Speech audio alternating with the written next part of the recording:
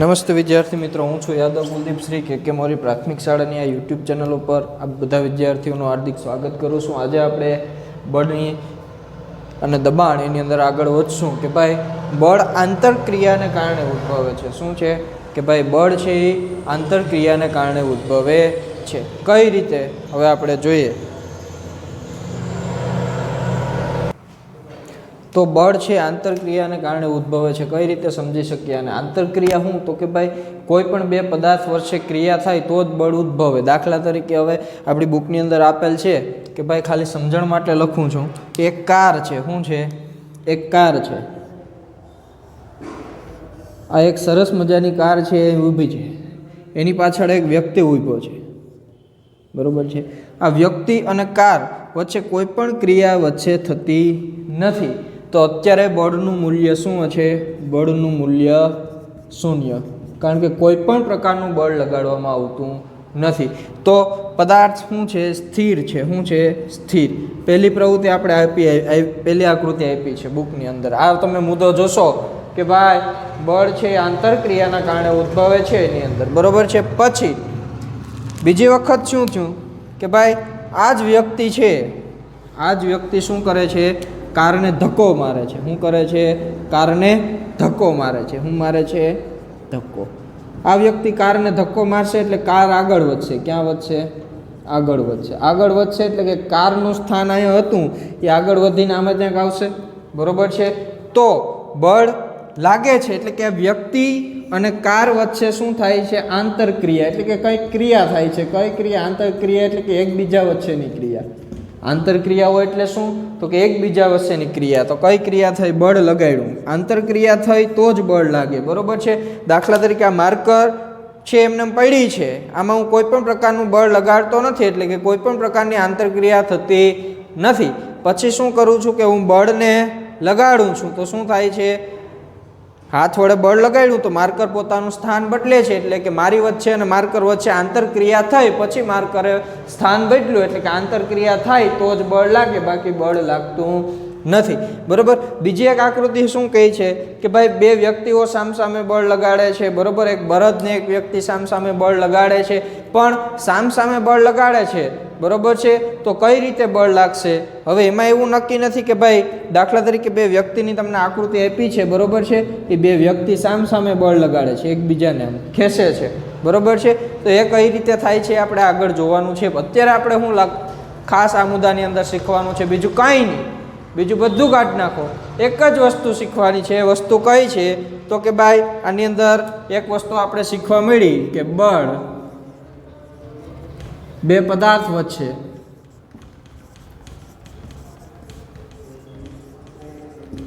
આંતરક્રિયા થી ઉદ્ભવે છે, બરોબર છે. બળ ક્યારે ઉદ્ભવે છે તો કે બે પદાર્થ વચ્ચે જ્યારે આંતરક્રિયા થશે ત્યારે જ બળ ઉદ્ભવશે. આ મુદ્દામાં ખાલી આપણે એટલું યાદ રાખવાનું છે. મેં ઉદાહરણ આપ્યું કે ભાઈ કાર સ્થિર હતી, એને કોઈ પણ પ્રકારનું બળ લગાડવામાં આવતું નહોતું, પણ પછી કારને હું ધક્કો મારું તો કાર પોતાનું સ્થાન બદલશે. એનો મતલબ એવો થયો કે ભાઈ બળ છે એ આંતરક્રિયા, એટલે કે એકબીજા વચ્ચે કાર અને વ્યક્તિ વચ્ચે શું થઈ? કંઈક ક્રિયા થઈ, તો આ ક્રિયાને લીધે જ બળ લાગશે.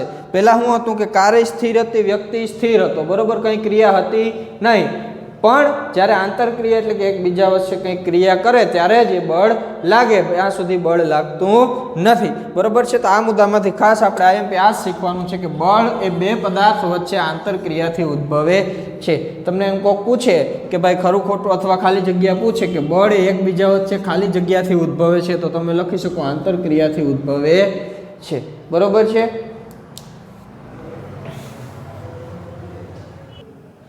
હવે વિદ્યાર્થી મિત્રો એના પછી આપણે જોશું બળની શરૂઆત. તો આમાં કંઈ ખાલી બે ત્રણ વસ્તુ સમજવાની છે, આપણે સમજી લઈએ, બરોબર. કે ભાઈ બળની શરૂઆત કે ભાઈ પ્રવૃત્તિ 11.2 શું કહે કે આપણે એક બોક્સ લેવાનું છે. શું લેવાનું છે? એક બોક્સ. મેં એક બોક્સ લીધું છે, બરોબર. વજનદાર બોક્સ છે. કેવું છે? વજનદાર બોક્સ. હવે એક વ્યક્તિ આ બોક્સને ધક્કો મારે છે. કેટલા? એક વ્યક્તિ છે એ આ બોક્સને ધક્કો મારે છે. બોક્સ પોતાનું સ્થાન બદલતું નથી. પહેલાં તો આ બે આંતરક્રિયા કરી તોય છતાં બોક્સ પોતાનું સ્થાન બદલતું નથી, બરોબર છે. તો બીજો વ્યક્તિ પણ ધક્કો મારવા લાગે છે. કેવો વ્યક્તિ? બીજો વ્યક્તિ પણ આને ધક્કો મારવા લાગે છે. તો બોક્સ એ પોતાનું સ્થાન બદલે છે. બરોબર, સ્થાન શું કરે છે? બદલે છે, એટલે કે બળ લાગે છે. તો બે વ્યક્તિ એક જ દિશામાં બળ લગાડે છે. બે વ્યક્તિ કઈ દિશામાં લગાડેલ છે? બળ એક જ દિશામાં લગાડેલ છે. તો શું થશે કે ભાઈ એક જ દિશામાં લાગતું બળ એ એકબીજામાં ઉમેરાય છે. બરોબર છે. તો આપણે લખી શકીએ આની અંદર એક જ દિશામાં લાગતું બળ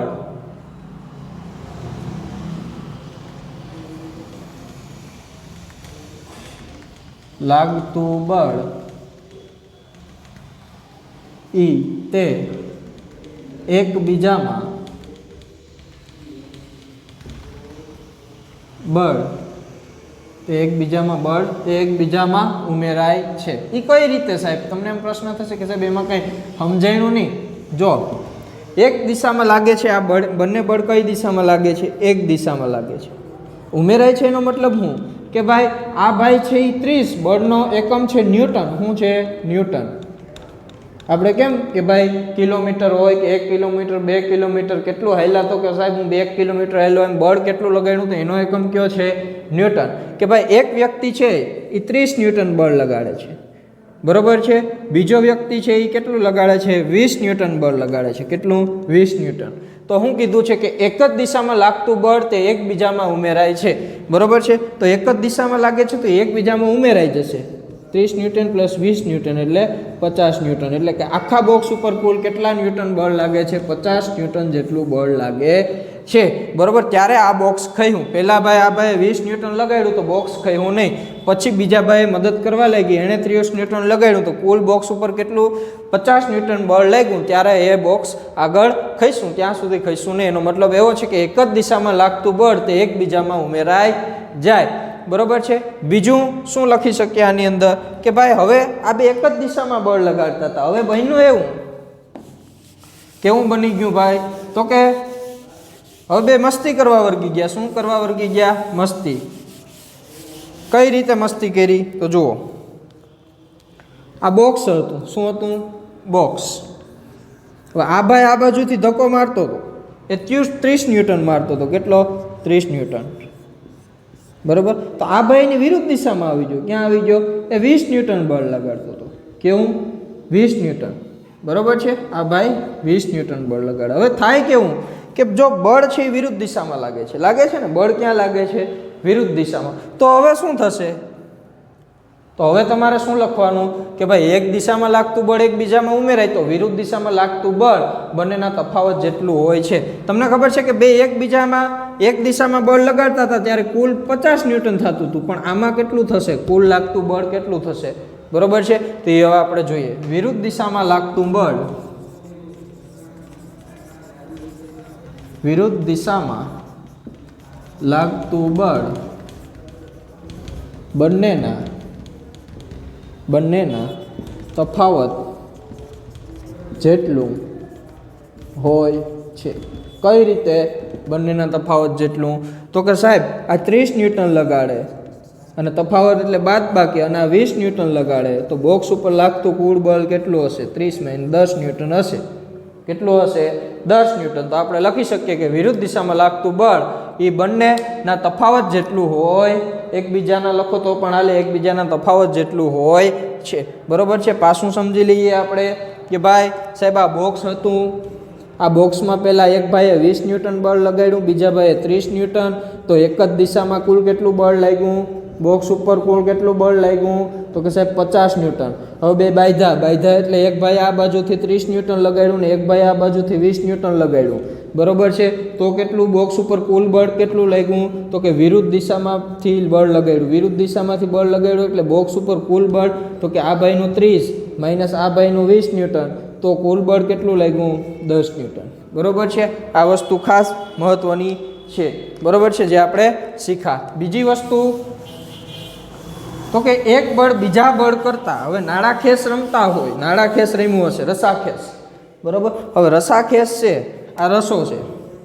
બરોબર. આ બાજુ 5 વ્યક્તિ વિભાગ. કેટલા? 5.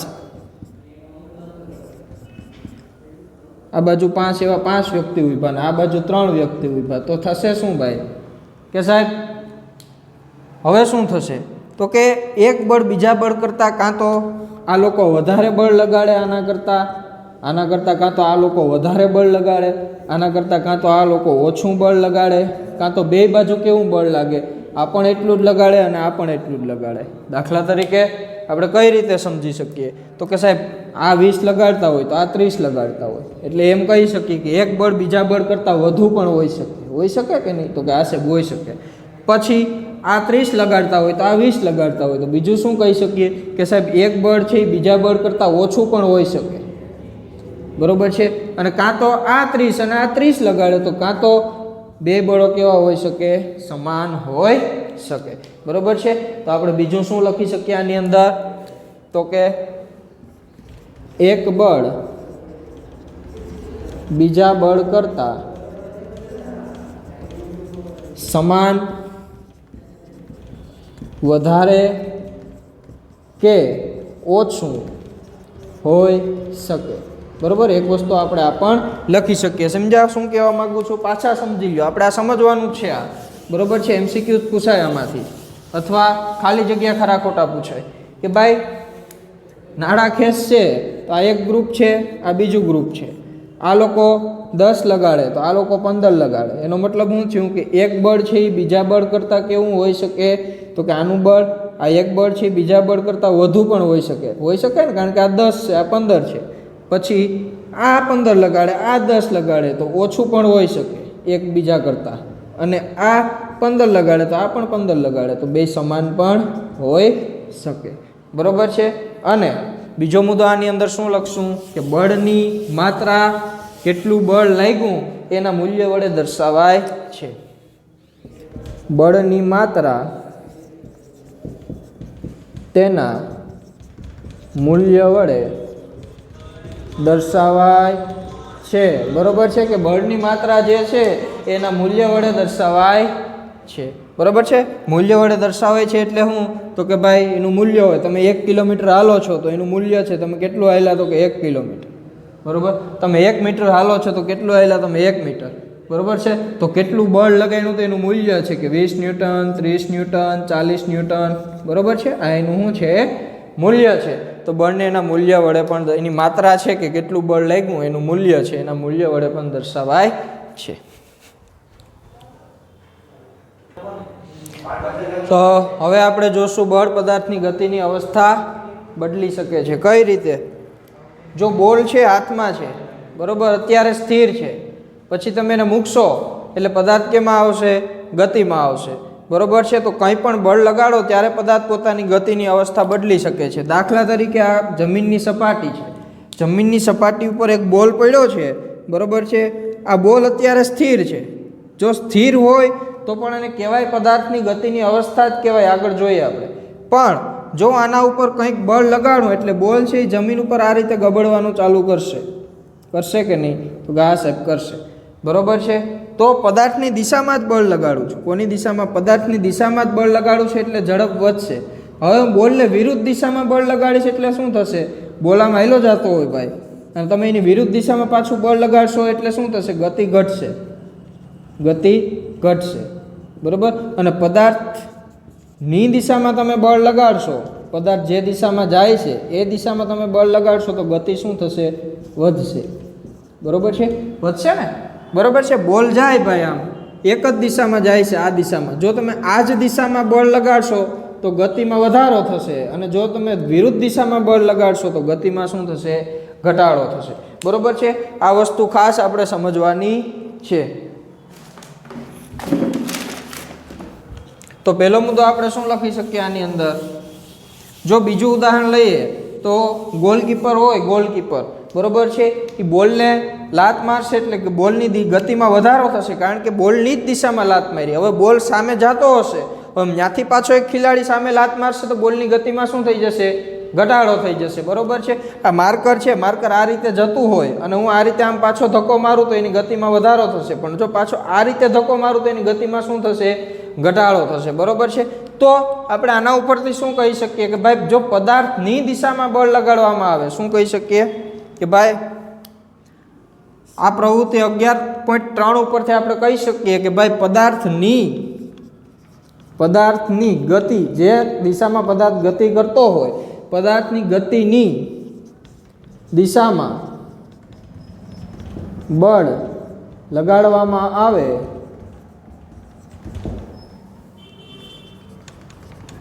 તો ગતિમાં શું, એટલે ગતિ અથવા ઝડપમાં વધારો થાય છે.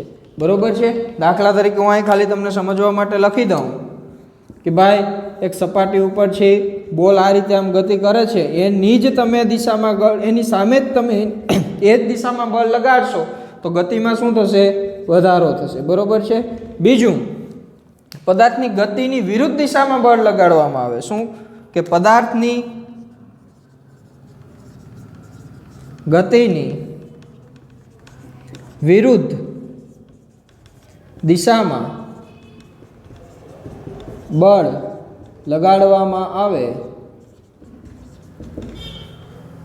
આવે તો ઝડપમાં શું થાય છે, ઘટાડો થાય છે. બરોબર છે. આ વસ્તુ એક ખાસ મહત્વની છે. બરોબર છે, એટલું લખી લો. હવે એના પછીની જે પ્રવૃત્તિ છે, પ્રવૃત્તિ 11.4, એ શું કહે છે ભાઈ કે બોલ છે એ ગતિ કરે છે આ રીતે. બરોબર. હવે અહીં તમે સ્કેલ અથવા કોઈ પણ પાટિયું રાખ દો તો અહીં ભટકાઈને પાછી શું થશે, બોલની દિશા શું થશે, બદલી જશે ને. બરોબર છે કે ભાઈ બોલ ગતિ કરે છે આ રીતે, અહીં તમે રાખી દો પાટિયું આડું તો બોલની દિશા શું થશે, બદલી જશે. દિશા બદલશે એટલે બોલની ગતિમાં પણ શું થઈ જશે, ફેરફાર થશે. તો એનો મતલબ શું છે કે ભાઈ બોલને અથવા પદાર્થની દિશા કે ઝડપમાં ફેરફાર થતા ગતિની અવસ્થા બદલાય છે. અને બીજી વસ્તુ શું છે ભાઈ કે ભાઈ પદાર્થની ગતિની અવસ્થાનો બીજો મતલબ એમ છે કે ભાઈ મેં તમને સમજાવ્યું એમ કે એક કાર છે, શું છે, કાર છે અને એક વ્યક્તિ ઊભો છે. એક કાર છે અને એક વ્યક્તિ ઊભો છે. હવે વ્યક્તિ અને કાર વચ્ચે કોઈ પણ પ્રકારની આંતરક્રિયા થતી નથી તો લાગતું બળ કેટલું હશે, 0 ન્યૂટન. કેટલું હશે, 0 ન્યૂટન. બરોબર. કોઈ પણ બળ લાગતું નથી પણ તો પણ એને શું કહેવાય, પદાર્થની ગતિની અવસ્થા જ કહેવાય. શું કહેવાય કે જો પદાર્થ સ્થિર હોય તો શું કહેવાય, પદાર્થ સ્થિર હોય તો પદાર્થની ગતિની અવસ્થા જ કહેવાય. જો પદાર્થ સ્થિર હોય તો છતાં પણ તેને પદાર્થની ગતિની અવસ્થા કહેવાય. બરોબર છે. આજનો લેક્ચર આપણે અહીં સુધી રાખશું.